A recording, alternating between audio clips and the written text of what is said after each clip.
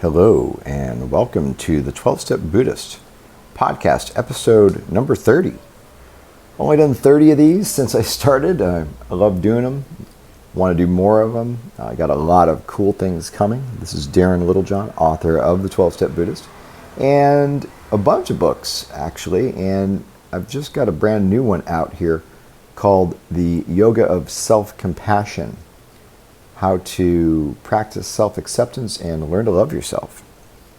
So this is available on Amazon. You can share the link if you know Bitly. That's bit.ly/yoga of compassion. That goes straight to the Amazon link for the book. It's a series of 3 ebooks. The second one I'm working on now is called The Yoga of Letting Go. And the third one will be called The Yoga of Being a Badass. So it's the Yoga of Transformation series, and those 3 will become a print book, an audio book, and a printed journal with nice paper. So anyways, that's what's happening. Plan to hear more from me. I've got a lot going. The 12-Step Buddhist 10-year anniversary edition is in the works. That'll be out next year. It was printed in 2009, so I'm working with a traditional publisher as well as self-publishing. So support that. Visit me, as always, at the12stepbuddhist.com. You can get free meditations, updates, and so forth there. I'm going to redesign that website and put out a lot more new content, and just really coming back to full-time writing now. So full-time writing, and of course Ubering to pay the bills in between things. But this is what I'm the best at. So this is what I got to do. And I appreciate your support, so share about those books on Amazon, and I hope you like this podcast. Anyway, so we can say and just imagine the white flowers, tiny white flowers, just dropping, floating, blessings.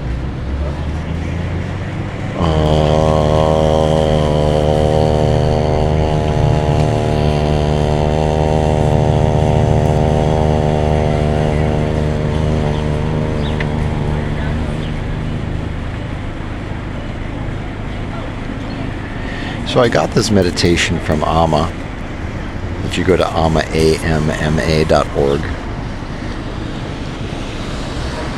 I heard about her from some friends back way back when, like maybe in the late 80s, early 90s. People were going to see Amma and getting hugged, getting blessings. She's known as the hugging saint. And I always intended on going. I always wanted to, every time she came through or I saw that she was nearby or what have you, but I never did. For some reason, year after year after year, whenever I saw her name, I didn't go, and had other things, other teachings. And you may notice it's a little bit noisier background than the podcasts have been in the past, because I'm recording this one as I was driving a little bit, and now I'm sitting here at the Olive Cafe on Mission Boulevard in beautiful Mission Beach, San Diego area where I live. Been here 4.5 years. Been a tough road. I will say it has been a tough road. But anyways, I'm here and recording this to give you some news, some updates, pick up the podcast. Everybody's always asked me about the podcasts, and so I need to do it, do a good job at getting those out there. So instead of waiting for the perfect conditions, just as they are.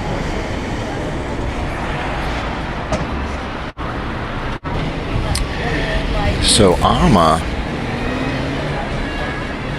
came to LA, and I'm in San Diego, so it's a little bit of a couple hour drive up there. And I'm at a time in my life when I need change, and I'm being open to and embracing new experiences. So I decided to step out of my comfort zone and go on up. Now I've got my little dog Gizzy. He's about 10, little Shih Tzu that used to belong to a girl, Tiffany, that used to come to my 12-step Buddhist groups back in Portland. Anyways, long story there, but Gizzy's special to me. She passed away, unfortunate circumstances, in 2013. So anyways, I've had to let Gizzy live with Tysa, and my other dogs passed. And anyways, about a year and a half ago, I just said, I'll just take Gizzy. And so I take him with me wherever. And I took him to Alma. I couldn't get a dog sitter. And it was a whole thing, bringing him in, and the people are, kind of asking me about it, and they're like standing there texting me while I'm texting their security people while they're talking to me. I'm like, it's all good, whatever, I'm chill. So I go up and to the front. If you've never been, if it's your first time, then you get priority to get to go up earlier. Than you don't have to wait as long. And it wasn't like super bad or super crowded or anything, but a lot of people just go. So long story short, I went up and they push you down kind of in front of her. They tell you, put your hands at your sides, be on your knees. Do you want a chair or not? And you lean in, but don't touch her or whatever, and they're just like, okay. So there's like maybe 20 people around her. She's sitting in this big chair. So I come to my knees, and eventually they push me forward. They say go, and she puts her arms around my neck, and she's talking to people like behind her, like on the phone, and they're holding the phone up, and she's like clearly running like multi-management. It's like multitasking, and I'm like, is she even paying attention to the fact that I'm here? I'm like, I don't know what's going on. I thought maybe she was dictating teachings or I don't know what, but then they told me later that when she does that, she's managing multinational charity organizations. This is when she does her business. So she's blessing people and doing this at the same time. So anyways, she pulled me close to her and brought my third eye, Ajna chakra, to her heart center, Anahata chakra. And yeah, she whispered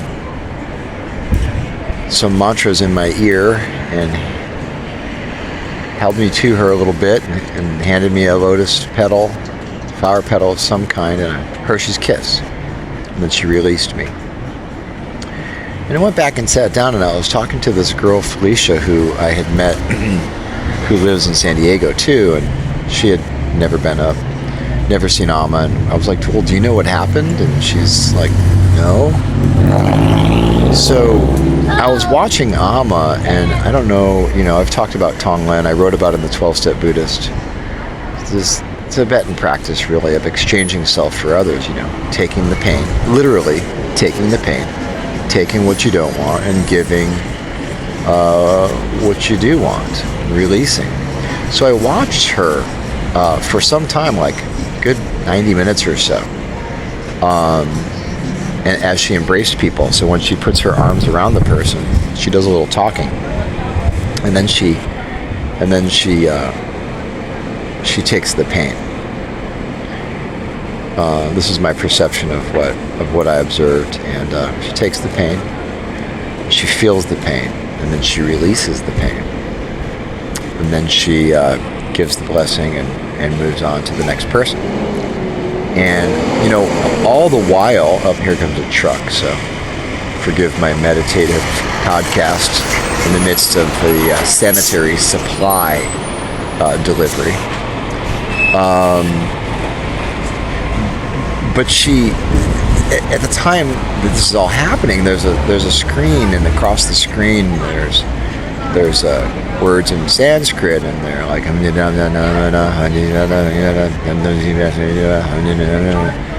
and then in between each phrase, so this is the 1,000 names of the Divine Mother, and it's very similar in feeling to and in structure. And there's been sort of the Indian verse style to like the 21 Praises to Tara, which is like taught to children to be memorized in Tibet, So the 21 Praises to Tara, and I have full transmission of the 21 Praises to Tara from my teacher, all in Sanskrit. It's connected to Green Tara practice and so on. Well, it's the feminine aspect.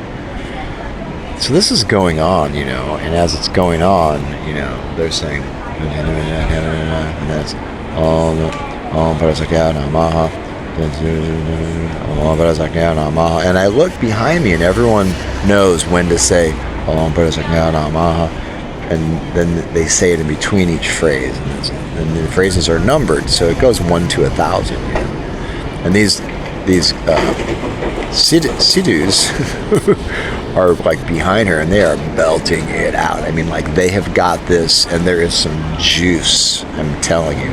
So this was a tantric initiation, and they don't talk about it, but that's precisely what it is. And they do a little bit more formal version in the evening program after, but I didn't know that, or I would have stayed. But yeah, and I noticed that that's what Amma was doing. She was drawing the pain. She was doing a kind of a Tonglen. And so I realized that she opened the doorway to freedom for me. And her message to me, silently, psychically, was, this is what you shall do.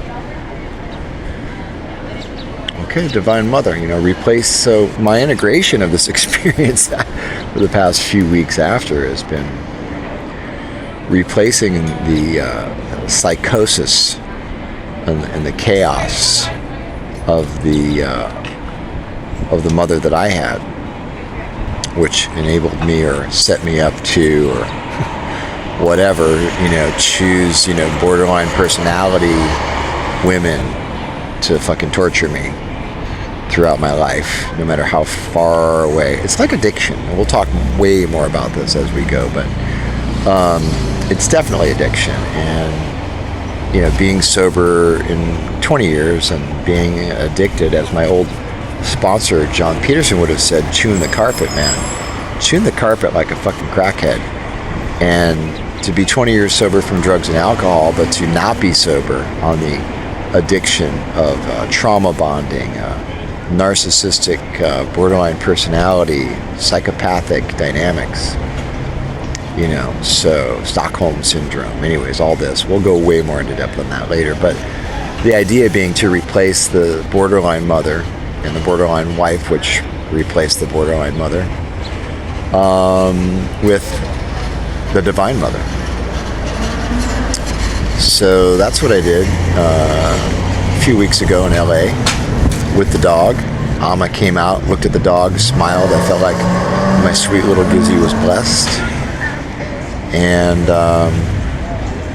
came home and have been working with that energy and integrating that energy since. I'll have more to say about this, all this kind of stuff going on. The 12-Step Buddhist. And if you're not on my Instagram, grab me on Instagram, because I'm putting a lot out these days. A lot more thoughts and feelings as we go. I'm developing quite a few things actually right now. I'm coming out of the torment of the past few years. Instagram 12-Step Buddhist 12STEPBUDDHIST. Say hi on Instagram and stay in touch there. You can chat there now. It's kind of cool. So I don't use the Facebook accounts as much, but I do. They're there. You can find those too. But I'm going to redo the whole 12-Step Buddhist site, all the content. It's going to take a while. There's a lot going on. But 2009 is when the 12-Step Buddhist came out.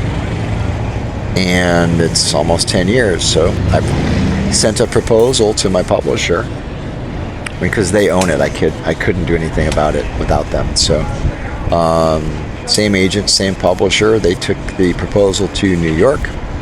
Simon & Schuster said yes. So signing a contract on that soon. I hope to have the book out by early 2019. The 12-Step Buddhist 10 years after, or something like that, or the 12-Step Buddhist 10-year anniversary edition, updated and revised, something like that. So I'm going through the brain science, going through what's shifted in, Buddhism and recovery, all the, obviously a lot has changed since then. There's the whole refuge recovery, there's the whole Noah Levine being, banned from teaching from allegations of sexual misconduct. Sakyong Mipham, even just recently, just also sexual misconduct, drunkenness, just wow, so much going on in the field of Buddhism, in the field of recovery. And my own story, my own experience. So I'm going to talk about working through, and the 12-Step Buddhist was like a letter to my future self. It's like, go back through and read it and see what advice you gave to others and apply that to yourself, dude. And how would I look at that now? So I'm going to work through a lot of that stuff, add some new content, new chapter, update everything, and that should be out beginning of the year hopefully in time for the 1-year anniversary mark. And then I have a new thing called Compassionate Recovery, and you can read about that as we go at compassionaterecovery.net. .com was taken by some therapist somewhere, so couldn't get access to that one, but .net's cool, works fine. Working on a lot of stuff, you guys. Get on my email list. I'm going to be sending out, some how-tos, guides, updates, podcasts, free chapters, things like this. So jump on the 12stepbuddhist.com, add your email there to the pop-up. If that's not working for some reason, let me know. My email address is darrenblittlejohn@gmail.com, DARRENB as in boy, LITTLEJOHN @gmail.com. So I'm keeping the podcasts short still, so that they're digestible. I am working on a lot of cool things that I want to talk to you about and get these podcasts rolling again on a regular basis. I'm not sure at the time I'm recording this because I'm just doing it on my phone, but I'll have in the show notes in the intro what the podcast number is. I think it's something like mid-20s, late 20s. Hadn't done that many of them, but people do love these. Over 300,000 downloads. So hey, do me a favor. Share this with a friend on your social media. Grab a copy of the 12-Step Buddhist and share that with a friend. Jump on my email list. Follow me on Instagram, Twitter, of course, 12-Step Buddhist. And a lot of exciting, cool stuff going on. I think we're going to turn the world of recovery upside down. There's been a lot of shifts, and I think we're ready for a lot of good new stuff. So until then,